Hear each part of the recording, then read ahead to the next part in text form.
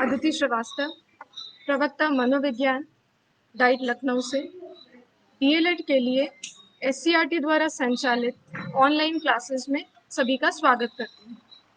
आज हम डीएलएड द्वितीय सेमेस्टर के पेपर प्रारंभिक शिक्षा के नवीन प्रयास के टॉपिक राष्ट्रीय पाठ्यचर्या की रूपरेखा 2005 या नेशनल करिकुलम फ्रेमवर्क एनसीएफ 2000 पर चर्चा करेंगे।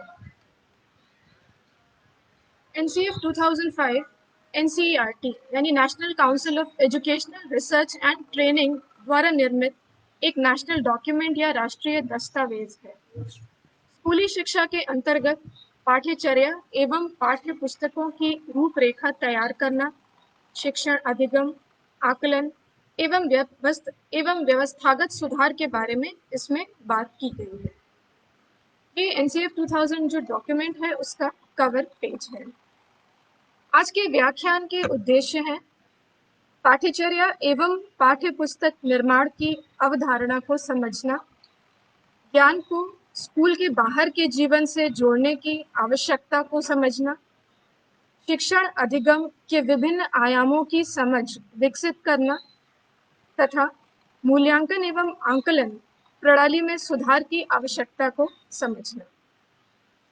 सबसे पहले हम समझते हैं कि करिकुलम फ्रेमवर्क या पाठ्यचर्या की रूपरेखा क्या है। करिकुलम फ्रेमवर्क किसी भी कोर्स या प्रोग्राम की विषय वस्तु का निर्धारण एवं निर्माण का एक ढांचा है। करिकुलम शिक्षा को दिशा निर्देशित करने वाले सिद्धांतों का दस्तावेज है, जिसमें 3 मुख्य बातें आती हैं। पहला है छात्रों को क्या सिखाना है, कैसे सिखाना है और छात्रों द्वारा सीखे हुए की जांच। छात्रों को क्या सिखाना है मतलब विभिन्न विषय एवं उनके अंतर्गत पढ़ाई जाने वाली विषय वस्तु का चयन। कैसे सिखाना है यानी शिक्षण अधिगम की विधियां, और छात्रों द्वारा सीखे हुए की जांच यानी आंकलन और मूल्यांकन कैसे करना है। पाठ्यचर्या या करिकुलम से मिलता जुलता एक शब्द है पाठ्यक्रम या सिलेबस। अक्सर इन दोनों शब्दों में कुछ न कुछ कंफ्यूजन रहता है, तो एक बार देख लेते हैं पाठ्यक्रम या सिलेबस से क्या तात्पर्य है। किसी भी क्रम या स्तर के अनुसार या कक्षावार पढ़ाई जाने वाली विषय वस्तु, जैसे कि कक्षा पहली, दूसरी या तीसरी का क्या पाठ्यक्रम है या सिलेबस है, उसको मतलब कोई भी पढ़ाई जाने वाली जो विषय वस्तु है उसको हम कहते हैं पाठ्यक्रम या सिलेबस। बच्चों पर पाठ्यचर्या के बोझ को देखते हुए यशपाल कमेटी की रिपोर्ट लर्निंग विदाउट बर्डन जो कि 1993 में आई थी, इसके प्रकाश में एमएचआरडी की पहल पर प्रोफेसर यशपाल की अध्यक्षता में एनसीएफ 2005 जो उसका विकास हुआ। एनसीएफ को पूरा करने का कार्य तत्कालीन एनसीईआरटी निदेशक प्रोफेसर कृष्ण कुमार के नेतृत्व में हुआ था। एनसीएफ का उदाहरण रविंद्रनाथ टैगोर के निबंध सभ्यता और प्रगति से हुआ है। राष्ट्रीय पाठ्यचर्या की रूपरेखा 2005 के 5 अध्याय हैं। पहला है परिप्रेक्ष्य, दूसरा सीखना और ज्ञान, तीसरा पाठ्यचर्या के क्षेत्र, स्कूल की अवस्थाएं और आकलन, चौथे में विद्यालय एवं कक्षा के वातावरण के बारे में है, और आखिरी और 5वां अध्याय व्यवस्थागत सुधार। प्रथम अध्याय परिप्रेक्ष्य के बारे में है यानी एक बैकग्राउंड। देखते हैं कि एनसीएफ के निर्देशक सिद्धांत क्या हैं। इसके 5 प्रमुख निर्देशक सिद्धांत हैं।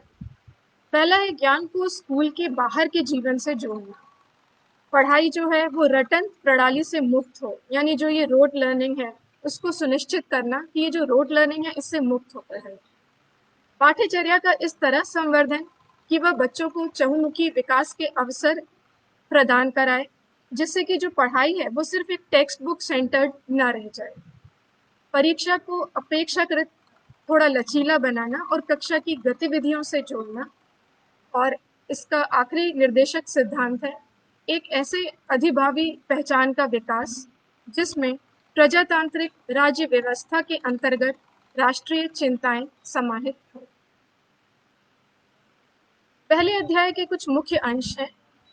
सबसे पहली बात आती है कक्षा के ज्ञान को बच्चों के जीवन अनुभव से जोड़ना। उसके बाद समाज के हाशिए पर रहने वाले बच्चे, उनके काम से जुड़े जो भी उनका ज्ञान कौशल है उसको सम्मान, संचित मानवीय अनुभव, ज्ञान और सिद्धांतों को संदर्भ में रखना, बच्चों को पर्यावरण और पर्यावरण संरक्षण के प्रति संवेदनशील बनाना, शांति की संस्कृति का निर्माण शिक्षा का एक उद्देश्य है।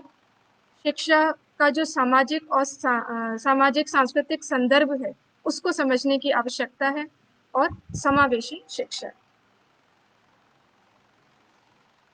इसका द्वितीय अध्याय सीखना और ज्ञान यानी लर्निंग एंड नॉलेज के बारे में। बच्चे अपने आसपास की दुनिया से बहुत ही एक्टिवली जुड़े रहते हैं। वो बहुत ही क्यूरियस होते हैं, खोजबीन करते हैं, चीज़ों से खेलते हैं, जोड़ते तोड़ते हैं चीज़ों को। इसी से उनकी समझ बनती है और नए ज्ञान का सृजन होता है।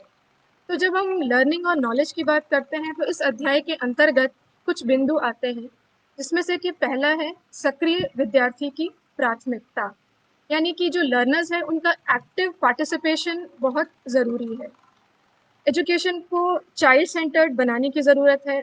बच्चों के जो एक्सपीरियंसेस हैं, जो वो अपने घर से लेके, अपने समुदाय से लेके आते हैं, उनको क्लासरूम तक लाने की आवश्यकता है और उन्हें ये ध्यान रखने की आवश्यकता है कि वो क्लास में एक्टिव रहें। दूसरी बात आती है, जो विद्यार्थी हैं उनको संदर्भ में रखना। क्लास में टीचर्स जो हैं, अक्सर होता है क्लास में टीचर्स लेक्चर लेते हैं और उन्हीं की आवाज़ सुनाई देती है। लर्नर्स या जो विद्यार्थी हैं वो कहीं ना कहीं एक पैसिव रेसिपिएंट्स बनकर रह जाते हैं। वो किताबी ज्ञान को पढ़ते हैं, दोहराते हैं। तो करिकुलम इस प्रकार का होना चाहिए कि बच्चे सवाल जवाब करें, स्वयं कुछ जांचें परखें, अपने अनुभवों को स्कूली ज्ञान से जोड़ें। इसके बाद बात आती है विकास और सीखना यानी डेवलपमेंट और लर्निंग की। डेवलपमेंट के अलग अलग स्टेजेस होते हैं बच्चों के, जैसे इन्फेंसी, फिर चाइल्डहुड, फिर एडोलेसेंस। तो ये शैशव काल से लेके किशोरावस्था में बच्चे के अंदर बहुत तीव्र परिवर्तन आते हैं, चाहे हम बच्चे के फिजिकल डेवलपमेंट, मेंटल, सोशल या इमोशनल डेवलपमेंट की बात करें। तो बच्चों के शारीरिक विकास को देखते हुए स्कूल में अनेक तरह के गेम्स होते हैं, योगा सिखाया जाता है। और ये जो गेम्स या खेल हैं, इनसे सिर्फ बच्चों का शारीरिक विकास ही नहीं होता, इसके द्वारा बच्चे बहुत सी सोशल स्किल्स या सामाजिक कौशल भी सीखते हैं। अगली बात आती है कॉग्निटिव डेवलपमेंट या संज्ञानात्मक विकास की। संज्ञान का अर्थ है कर्म और भाषा के माध्यम से स्वयं और दुनिया को समझना। हमारा उद्देश्य है कि जानकारी को इकट्ठा करना या रटना नहीं। हमारा उद्देश्य है कि बच्चों को मन में अवधारणाएं बनाना, चीज़ों के प्रति तार्किक क्षमता, क्रिटिकली सोचना, प्रॉब्लम सॉल्विंग की एबिलिटी, इन सभी एबिलिटीज उनके अंदर आए, ये शिक्षा का उद्देश्य है। बच्चे अक्सर मानसिक रूप से तैयार हों, होता क्या है उससे पहले ही उन्हें पढ़ा दिया जाता है। बहुत से फैक्ट्स उन्हें याद तो रह जाते हैं, पर हो सकता है वे उन्हें समझ ना पाए और ना ही आसपास की दुनिया से इसे जोड़ पाए। अगली बात आती है पाठ्यचर्या एवं व्यवहार के लिए नियतार्थ। इसमें करिकुलम और प्रैक्टिस की बात आती है।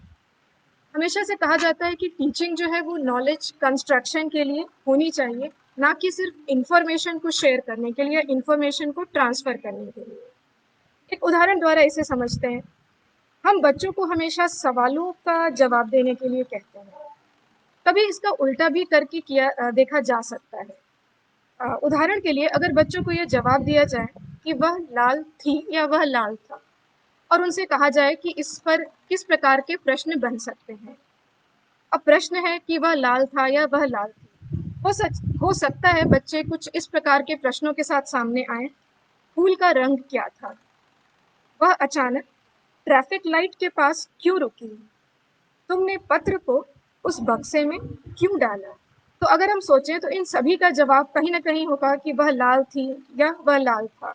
ट्रैफिक लाइट पे रुका क्योंकि उसका रंग लाल था।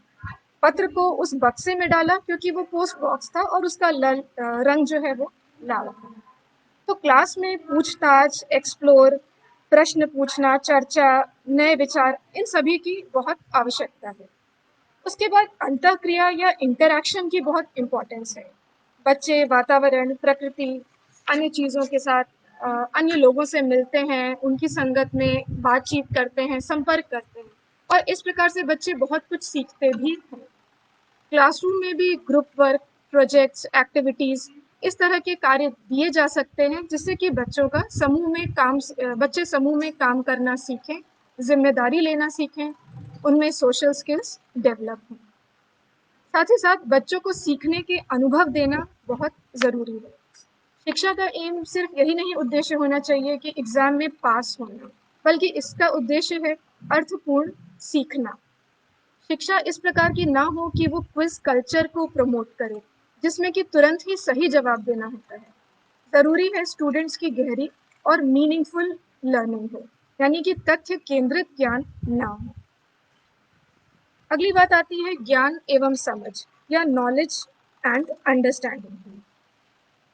करिकुलम ऐसा हो जिसमें बच्चों में एक समझ उत्पन्न हो, विभिन्न विषयों के माध्यम से दुनिया को समझने का मौका मिले और बच्चे दूसरों के प्रति संवेदनशील बने। बच्चों के अंदर कुछ बुनियादी क्षमताएं होती हैं, जैसे भाषा एवं अभिव्यक्ति, संबंध बनाना और कायम रखने का प्रयास, कार्य व क्रिया संबंधी क्षमता। उसके बाद बात आती है ज्ञान को फिर से रचना। हम स्कूल करिकुलम में बच्चों में समझ की क्षमता, व्यवहार और कौशल विकसित करना चाहते हैं और इसीलिए ज्ञान को फिर से रचने की आवश्यकता है। इसमें एक बात और आती है अलग से कि भारत में करिकुलम कंस्ट्रक्शन को लेके क्या समस्याएं हैं। यूजुअली होता है कि विषय आधारित यानी जो सब्जेक्ट्स हैं जैसे मैथ्स है, लैंग्वेज है, सोशल साइंस है, तो उस विषय क्षेत्र से जुड़े ज्ञान को टेक्स्ट बुक्स में पढ़ाया जाता है और पढ़ाने के बाद एग्जाम्स लिए जाते हैं और जांचने के लिए अंक या मार्क्स रखे जाते हैं। तो सोचने वाली बात यह है कि ज्ञान के वे रूप जो टेक्स्ट बुक्स के अंतर्गत नहीं आते या जिनका मूल्यांकन अंकों के आधार पर नहीं हो सकता, अक्सर उनको एक तरफ करके एक्स्ट्रा या को करिकुलर एक्टिविटीज़ की श्रेणी में डाल दिया जाता है और इनको जैसे तैसे निपटा दिया जाता है, जैसे कि art and craft, games, drama, theatre. ये जितनी भी कलाएं हैं ये सौंदर्य बोध, रचनात्मकता, व्यवहारिक कौशल इन सब की दृष्टि से महत्वपूर्ण होते हैं, पर अक्सर बच्चों में ये जो कौशल हैं वो छूट जाते हैं। करिकुलम के निर्माण से लेकर दूसरी समस्या है विषयों का आपस में कोई तालमेल नहीं है। ज्ञान कहीं ना कहीं खंडित सा लगता है। उसके बाद पहले से मौजूद ज्ञान को कहीं ना कहीं इम्पोर्टेंस दे दी जाती है। फिर नए विषयों को शामिल करना, समाज के समकालीन मुद्दे छूट जाते हैं या अलग थलग रह जाते हैं और करिकुलम में शामिल करने के लिए ज्ञान के चयन का सिद्धांत। अगली बात आती है बच्चों का ज्ञान और स्थानीय ज्ञान। बच्चे जिस समुदाय से आते हैं उनका जो भी लोकल एनवायरनमेंट है वो कहीं ना कहीं डायरेक्टली इनडायरेक्टली लर्निंग में हेल्पफुल होता है। बच्चा अपने परिवेश के साथ इंटरैक्ट करता है और ज्ञान का सृजन करता है, पर जो टेक्स्ट बुक्स बनती हैं वो बच्चे के इस परिवेश को या इस एनवायरनमेंट को महत्व नहीं देती। और जहाँ तक हम स्थानीय ज्ञान की बात करें तो इसमें फिजिकल, नेचुरल जो भौतिक वातावरण है और जो बच्चे का सामाजिक, आर्थिक और सांस्कृतिक वातावरण है, इसमें दोनों प्रकार का वातावरण आता है। बच्चे जब तक बुकिश नॉलेज को अपने परिवेश, सामाजिक वातावरण और अपने अनुभवों से नहीं जोड़ पाएंगे, तब तक जो ज्ञान है वो सूचना मात्र है, वो रह जाता है।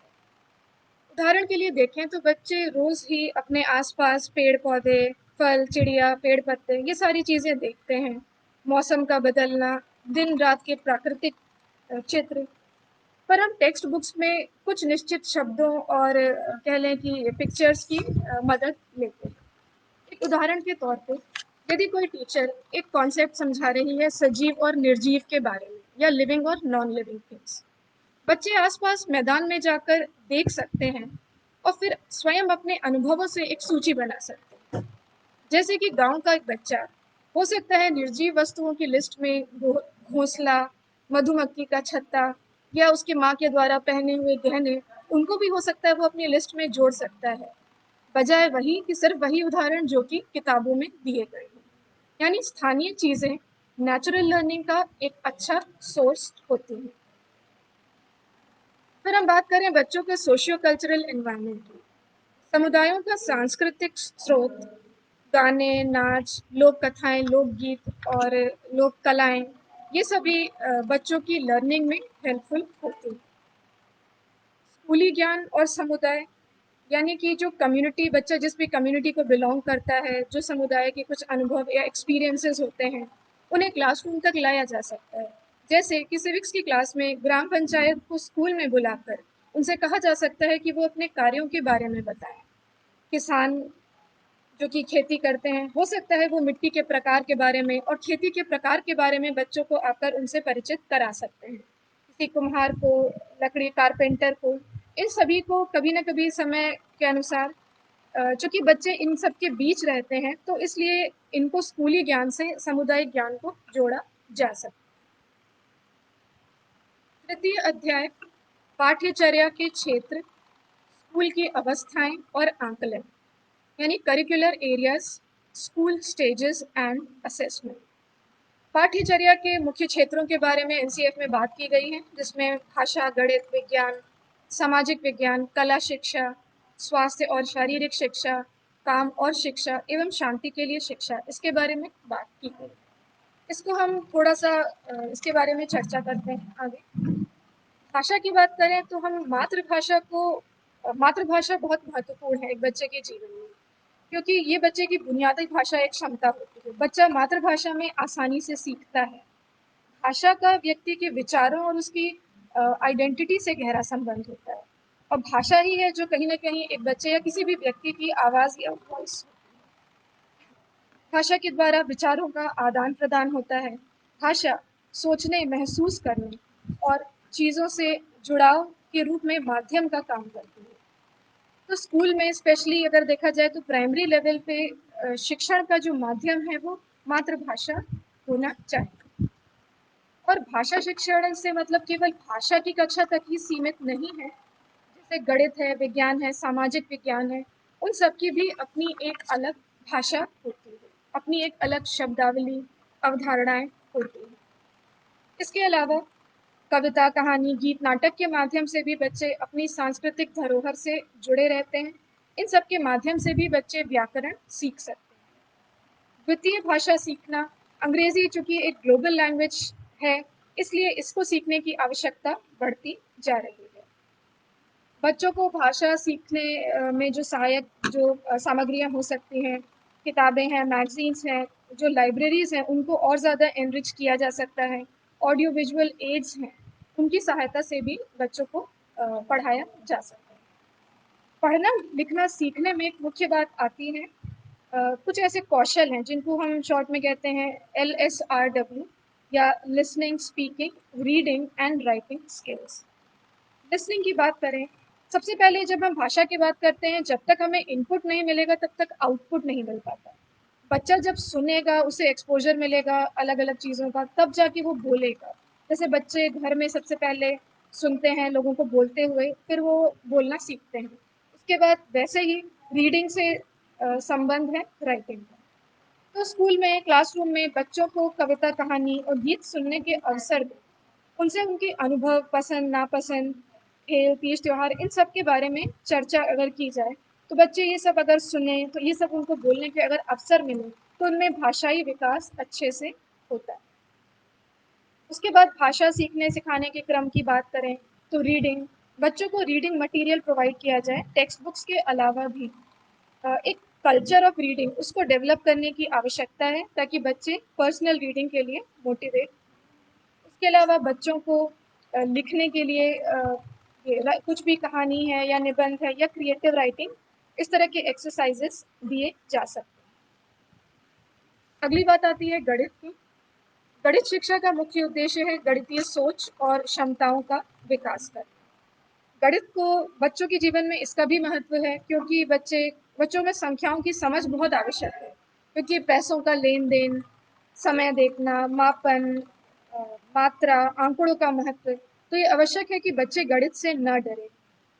गणित की पाठ्यचर्या, शिक्षण विधि और मूल्यांकन, इन सब में बदलाव की आवश्यकता है।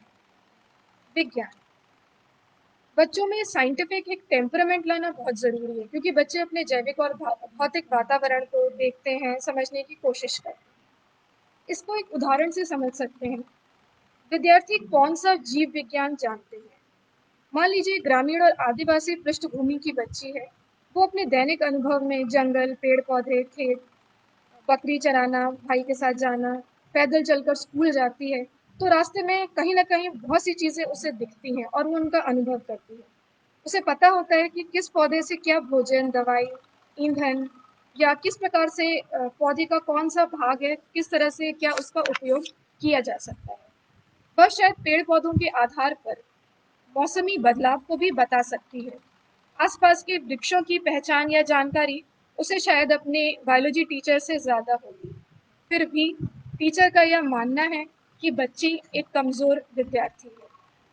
क्या हम बच्ची की ऐसी मदद कर सकते हैं कि वह अपनी समृद्ध समझ को जीव विज्ञान की औपचारिक अवधारणाओं से जोड़ सके या उसमें बदल सके? इसके बारे में सोचने की आवश्यकता है। इसी क्रम में आगे है सामाजिक विज्ञान। सामाजिक विज्ञान को कहीं ना कहीं विज्ञान से कम महत्व दिया जाता है और उतना उपयोगी नहीं समझा जाता, जबकि देखा जाए तो इसमें geography, history, economics, political science, sociology, anthropology, इस तरह के कई सारे अन्य सब्जेक्ट्स आते हैं और इन सभी की समझ उतनी ही ज़रूरी है। विभिन्न स्तरों पर सामाजिक विज्ञान की पाठ्यचर्या विकसित होती है, जैसे प्राइमरी लेवल पे उसे पर्यावरण अध्ययन के रूप में पढ़ाया जाता है और बाद में सोशल साइंस के रूप में। इसका भी एक उदाहरण समझते हैं कि जैसे पानी है। साइंस में, विज्ञान में हम लोग पढ़ते आए हैं वाटर एंड इट्स स्टेट्स, या जल एवं उसकी अवस्थाएं, सॉलिड, लिक्विड और गैस। पर कभी हमने सोचा है क्या कि पानी के कुछ सामाजिक पहलू भी हो सकते हैं? जैसे बच्चों से पूछा जा सकता है कि जल कहाँ से आता है। हो सकता है एक गरीब परिवेश का बच्चा हो, वह यह बोले कि म्यूनिसिपैलिटी के नल से, यानी नगर पालिका या नगर निगम। तो कहीं ना कहीं बच्चे सोशल स्टडीज में इसके बारे में भी जान सकते हैं कि नगर पालिका और नगर निगम का क्या कार्य है।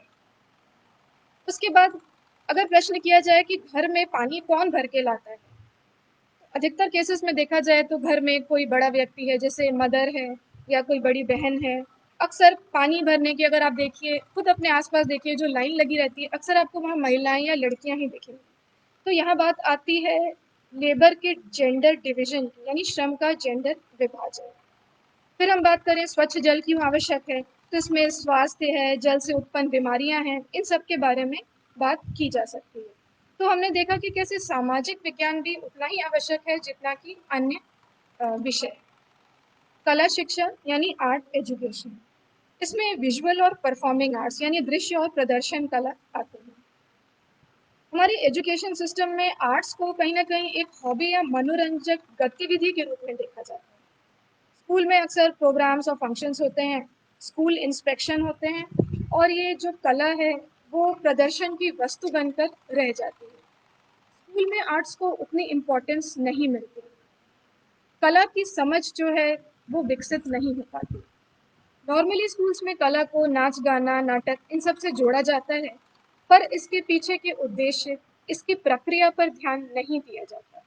इसीलिए कला संबंधी जागरूकता बहुत आवश्यक है। इसको एक उदाहरण के द्वारा समझते हैं। शीत ऋतु की एक सुबह है, एक टीचर ने अपनी क्लास में बच्चों से प्रातःकालीन दृश्य बनाने को कहा। बच्चे ने चित्र में एक प्रातःकालीन दृश्य के रूप में एक बैकग्राउंड, जो उसका बैकग्राउंड था, उसको कहीं गाढ़ा कर दिया और सूरज लगभग छिपा हुआ सा था। टीचर ने उस बच्चे को डांटा कि यह क्या, प्रातःकालीन दृश्य में तो सूर्य को चमकना चाहिए। वास्तविकता देखी जाए तो असल में बच्चा उस वक्त क्लासरूम में खिड़की से बाहर देख रहा था। उस दिन सर्दी थी और अभी भी हल्का अंधेरा था, सूर्य काले बादलों के पीछे छिपा था। अब अगर इस बात पे हम गौर दें कि हम हमेशा प्रातःकालीन दृश्य को सूर्य के उगने से ही जोड़ते हैं, तो कहीं ना कहीं बच्चों में कला संबंधी जागरूकता आवश्यक है, जैसे कि हैंडीक्राफ्ट्स है, संगीत, नृत्य, नाटक, किस प्रकार से वो हमारे लिए ज्ञानात्मक और सामाजिक रूप से उपयोगी हैं, इसको समझने की आवश्यकता है। आगे इसी क्रम में फिजिकल और हेल्थ एजुकेशन, इसीलिए बच्चों का स्कूल में स्पोर्ट्स है, जिससे बच्चों का ओवरऑल डेवलपमेंट होता है। Yoga, NCC, NSS, scouts and guide, इन सब की गतिविधियाँ होती हैं। काम और शिक्षा में वर्क एजुकेशन या SUPW, socially useful productive work, करवाया जाता है। शांति के लिए शिक्षा की बहुत आवश्यकता है, क्योंकि आज के समय में जितनी हिंसा, असहिष्णुता, कट्टरवाद, ये सब फैलता जा रहा है, तो बच्चों में कहीं ना कहीं इसकी शिक्षा इसकी देना आवश्यक है कि कैसे एक मानवाधिकार, न्याय, टॉलरेंस, सोशल रिस्पॉन्सिबिलिटी, इन सब का सम्मान करें और इन सबको समझें। नैतिक विकास का अर्थ बच्चों को यह आदेश देना नहीं है कि यह करो और यह ना करो, बल्कि वह यह सीख सकते हैं कि सही क्या है, दया क्या है, एवं इस प्रकार की बात। अगली बात आती है आवास और सीखना। जैसे कि बच्चे का जो भी आवास है वो कहीं ना कहीं सीखने में उसकी बहुत मदद करता है। फिर अध्ययन और आकलन की योजनाएं, इसको डिटेल रूप में आप NCF के डॉक्यूमेंट में पढ़ सकते हैं। इसमें बात की गई है कि प्रारंभिक बाल्यावस्था शिक्षा, फिर आरंभिक शिक्षा 1ली से 8वीं तक, फिर माध्यमिक और उच्च माध्यमिक शिक्षा, यानी स्तरवार किस प्रकार से अध्ययन हो और आकलन की क्या योजनाएं। तृतीय अध्याय में आखिरी बात की गई है आकलन और मूल्यांकन, यानी असेसमेंट एंड इवैल्यूएशन। भारतीय शिक्षा में जो मूल्यांकन शब्द है वो बिल्कुल स्ट्रेस, एंजाइटी, तनाव से जुड़ा होता है। वर्तमान में प्रयोग होने वाली जो मूल्यांकन प्रक्रियाएं हैं वो कुछ ही योग्यताओं को मापती और आंकलित करती हैं।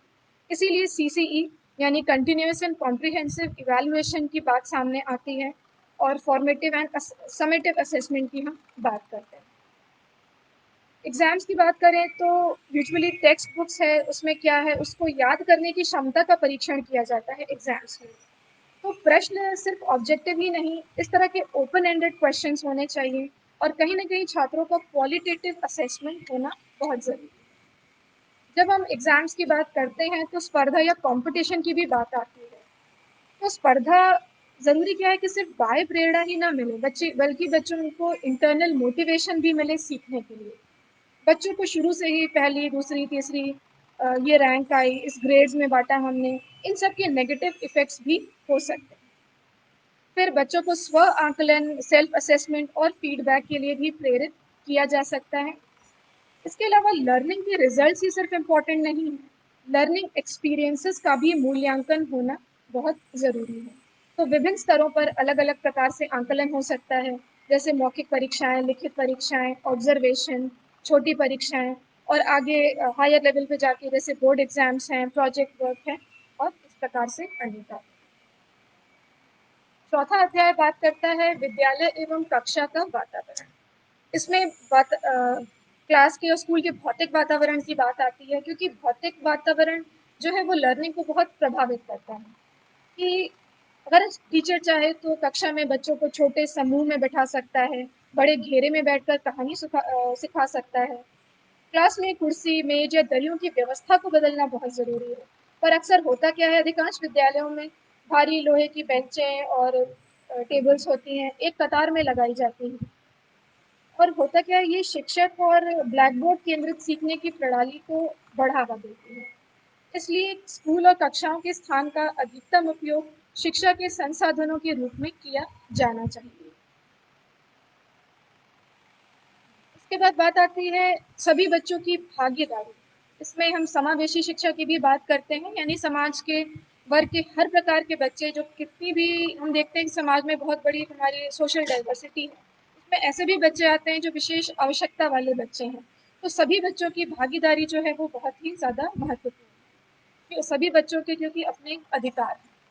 फिर अनुशासन और सहभागी प्रबंधन। स्कूल में अनुशासन जो है वो ज़रूरी है, पर कहीं ना कहीं बहुत ज़्यादा स्ट्रिक्टनेस भी बच्चे के लिए अहितकारी हो सकती है। फिर अभिभावकों और समुदाय के लिए स्थान। जैसा कि हमने बात की, बच्चे एक समुदाय में रह के सीखते हैं, एक उनका एक अलग एक एनवायरनमेंट होता है जिसमें वो रहते हैं। तो समुदाय से किस प्रकार से लर्निंग हो सकती है, जैसे कि स्कूल में मान लीजिए मशीनों के बारे में कुछ कोई चैप्टर है, उसके बारे में मशीनों को पढ़ाया जा रहा है, मशीनों के बारे में पढ़ाया जा रहा है, तो एक स्थानीय मैकेनिक को स्कूल क्लासरूम में बुलाया जा सकता है। हो सकता है वो अपने मशीन ठीक करने के अनुभव की जानकारी बच्चों को दे, और वह ये बताए कि उसने गाड़ी ठीक करना कैसे सीखा। इसी प्रकार से अन्य अन्य क्षेत्रों के लोगों को क्लासरूम में बुलाया जा सकता है जिससे कि बच्चे उनसे ज्ञान प्राप्त करें। पाठ्यचर्या के स्थल और अधिगम के साधन, इसमें बात आती है टेक्स्ट बुक्स की, लाइब्रेरी की, एजुकेशनल टेक्नोलॉजी या शैक्षिक तकनीकी, जो भी उपकरण, प्रयोगशालाएं और अन्य स्थल एवं अवसर। एक बहुत ही इम्पोर्टेंट बात आती है शिक्षक की स्वायत्तता और व्यावसायिक स्वतंत्रता की। कई बार होता है कि शिक्षक जो है एक कह लें एजुकेशनल सिस्टम में बंधा रह जाता है, निश्चित समय में उसे निश्चित कोर्स कंप्लीट करना है, तो उसको ये फ्रीडम नहीं मिल पाती कि वह अपने प्रकार से या क्लासरूम में या बच्चों के इंटरेस्ट के अनुसार भी कुछ कार्य करा सके। तो शिक्षक की स्वायत्तता और व्यावसायिक स्वतंत्रता जो है वो बहुत आवश्यक है। और इसके साथ ही साथ स्कूल का जो समय का निर्धारण है, जैसे कि पूर्व प्राथमिक शिक्षा के लिए लगभग 3 घंटे और अन्य कक्षाओं के लिए 6 घंटे का समय, ये जो समय निर्धारण है इसकी भी बात की गई है एनसीएफ। आखिरी या पंचम अध्याय है व्यवस्थागत सुधारों के बारे में। इसमें गुणवत्ता को लेके, शिक्षा की गुणवत्ता को लेके सरोकार की बातें की गई हैं। पाठ्यचर्या नवीनीकरण के लिए शिक्षक शिक्षा यानी टीचर एजुकेशन, जैसे कि आप सभी डीएलएड के टीचर ट्रेनीज हैं, तो ये प्री सर्विस टीचर एजुकेशन है, बीएड है, एमएड है, इस प्रकार के बहुत सारे टीचर एजुकेशन के कोर्सेज हैं। उनके पाठ्यचर्या में भी नवीनीकरण लाने की आवश्यकता है। एवं जो इन सर्विस टीचर एजुकेशन है उनके करिकुलम में भी रिफॉर्म्स लाने की आवश्यकता है।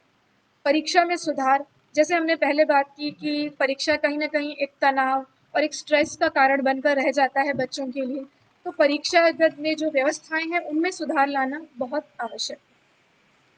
फिर शिक्षा की बात करें तो काम केंद्रित शिक्षा या वोकेशनल एजुकेशन, जिसको बच्चा जो है आने वाली जॉब या ऑक्यूपेशन से जोड़ पाए, ऐसी शिक्षा।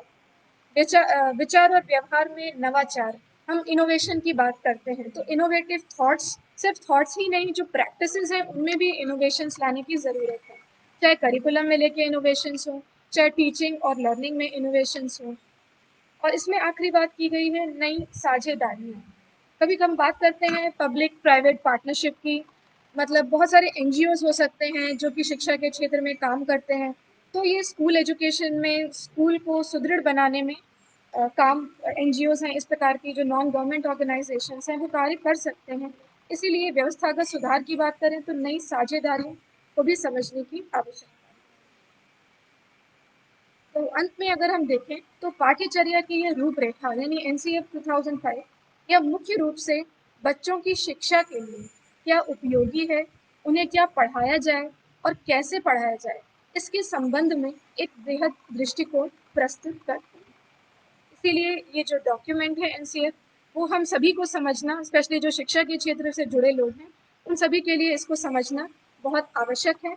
और जैसा कि एक बार हम रिवाइज कर लें, एनसीएफ ये जो डॉक्यूमेंट है ये एनसीईआरटी द्वारा विकसित किया गया था, ये करिकुलम फ्रेमवर्क। और ये यशपाल, प्रोफेसर यशपाल की अध्यक्षता में इसका विकास हुआ था। तो आज के लिए बस इतना ही। एनसीएफ जो डॉक्यूमेंट है इसको ज़रूर पढ़ें, और इससे कि आप आज जो इस लेक्चर में उसके सार को देखा गया है, इसको विस्तृत रूप से पढ़ने की आवश्यकता है। धन्यवाद।